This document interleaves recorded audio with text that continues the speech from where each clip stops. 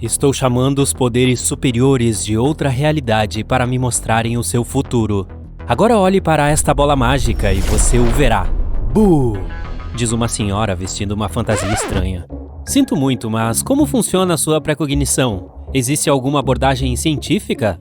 Eu só quero entender o algoritmo, você responde. O algoritmo é muito simples, meu garoto. Você me dá $10 e eu vou falar sobre o seu futuro, responde a cartomante. Mas e o método científico? É magia, não existe um método científico. Na verdade, existe. O professor de psicologia Daryl Bem conseguiu provar que a predição é real. Em 2011, ele publicou um artigo científico sobre esse tópico, mas outros cientistas o ridicularizaram, classificando o trabalho do colega como uma vergonha e dizendo que não podiam acreditar que uma revista científica respeitável o tivesse publicado. Mas essas pessoas estavam certas? Vamos tentar descobrir a verdade. Em 1946, o estudante da Universidade de Oxford, John Godley, teve um sonho em que lia uma lista de cavalos vencedores em um jornal. No dia seguinte, ele comprou o jornal e descobriu que 2 cavalos chamados Bindal e Juladin participariam das próximas corridas. Foram esses nomes que o rapaz viu em seu sonho. Então contou aos amigos sobre isso e eles decidiram apostar muito dinheiro nos 2 cavalos. No final, ambos os animais venceram. Nesta história, vemos a previsão como algum tipo de dom ou magia, algo bizarro que não podemos entender. Mas e se olharmos para isso do ponto de vista científico? Para tanto, precisamos mudar um pouco a nossa maneira de pensar.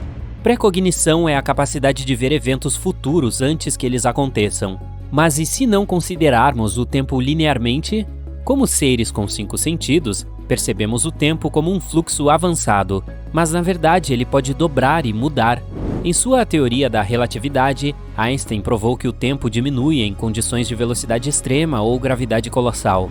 Uma pessoa voando em uma nave espacial a uma velocidade próxima da luz experimenta dilatação no tempo. Ela não sentiria nada em comum, mas o tempo dela desacelera em comparação com o daqueles que não se movem tão rápido. Ao lado de um buraco negro, o tempo também se move mais lentamente. Imagine que nossa mente pode percebê-lo de forma consistente, como agora, enquanto você assiste a este vídeo, e também na direção oposta ou em câmera lenta. Nossos sentimentos e percepção do mundo podem avançar no tempo e voltar. Dessa forma, podemos sentir o que vai acontecer no futuro. Mas talvez ainda não dê para entender esse conceito. Então, vamos dar uma olhada nos experimentos de Daryl Bem, parte de um estudo chamado Sentindo o Futuro. Ele conectou vários sensores à cabeça e ao braço de uma pessoa. Eles leem o pulso e as mudanças magnéticas no cérebro. O dispositivo funcionou com base no princípio do detector de mentiras. Em seguida, o sujeito assistiu a uma apresentação de slides de imagens regulares na tela. Por exemplo, uma paisagem montanhosa, uma fogueira, um cavalo, um jornal, um livro aberto e, em seguida, BAM! A tela mostra uma imagem realmente chocante, como uma avó assustadora com cabelos despenteados, olhos brancos e braços longos. Nesse momento, o dispositivo registrou uma explosão emocional, a reação da pessoa a uma imagem inesperada. Em seguida, a tela mostrou algumas imagens novamente. Uma TV desligada, uma xícara de chá, uma nuvem e BAM! Outra imagem chocante, e o cérebro reagiu a ela novamente. Nada de anormal à primeira vista. Mas o professor descobriu que o cérebro humano começou a reagir a imagens chocantes antes mesmo que elas aparecessem na tela. Em algum nível de intuição, o corpo do sujeito parecia prever essas imagens antes que o computador decidisse qual delas mostrar. Talvez você tenha passado algo parecido, porque sabe quando a sua intuição diz que algo está errado, aí se sente desconfortável e espera que algo ruim aconteça? E este foi o resultado de apenas um experimento. Em outro, Daryl Bem mostrou que a memória poderia funcionar em uma direção diferente. Imagine que você está se preparando para uma prova sobre a história da literatura mundial, por exemplo. Primeiro, lê artigos sobre este tópico e escreve as datas e os nomes dos escritores. Afinal, está tentando memorizar e estruturar essas informações em sua cabeça.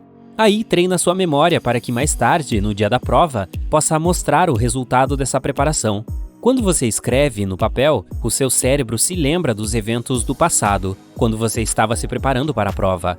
Agora imagine que ele pode tirar essas informações do futuro.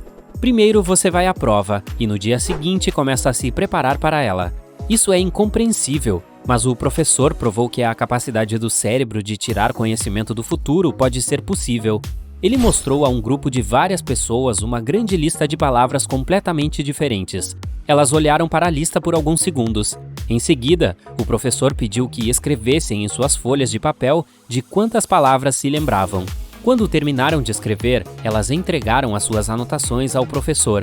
Depois, um computador escolheu aleatoriamente de 10 a 20 palavras daquela grande lista que as pessoas tinham visto no início.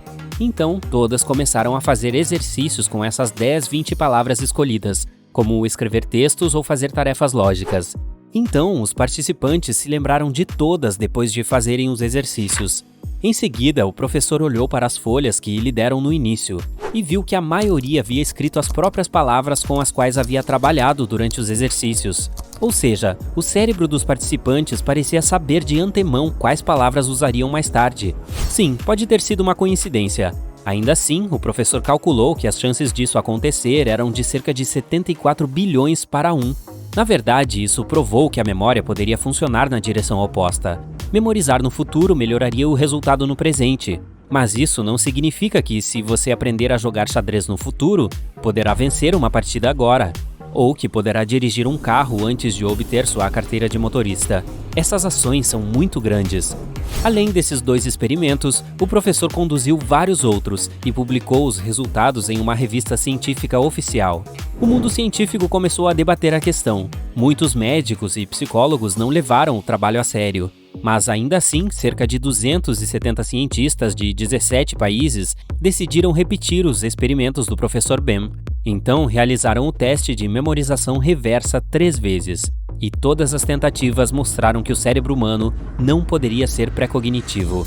Em seguida, repetiram todos os experimentos e, em 2015, publicaram um relatório. Descobriu-se que apenas 36% dos testes repetidos foram bem-sucedidos. Mas isso não lançou dúvidas sobre o trabalho do professor. Esses experimentos repetidos levaram a comunidade científica à chamada crise da replicação. Imagine que você conduziu um experimento compreensível e publicou seus resultados. Fez tudo corretamente e ninguém pode discutir com os resultados. Mas então, outra pessoa o repete e os resultados acabam sendo diferentes. Por que isso acontece? Porque muitos experimentos psicológicos conhecidos não podem ser replicados? Alguns cientistas culpam a incompetência de outros participantes. Às vezes, os especialistas não cumprem as condições do experimento, mas muitos cientistas concordam que a razão está nas pessoas. Os ocidentais têm uma mentalidade, os habitantes dos países do sul são bem diferentes. Diferentes visões do mundo e percepção da vida formam diferentes maneiras de pensar. Toda essa diversidade lança dúvidas sobre muitos trabalhos científicos a respeito de psicologia. Se você é um cientista e quer realizar algum tipo de pesquisa, primeiro precisa fazer um pré-registro.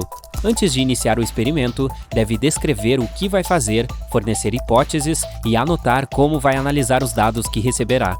Então, relata os resultados que provam a sua teoria, mas eles o privam da oportunidade de parecer mais amplo. Esse método parece desatualizado na atual crise de replicação. Agora, cientistas e médicos devem criar algo novo e uma nova base para a pesquisa científica. Enquanto isso, vou sonhar hoje à noite e tentar receber uma mensagem sobre quem vai ganhar o próximo jogo.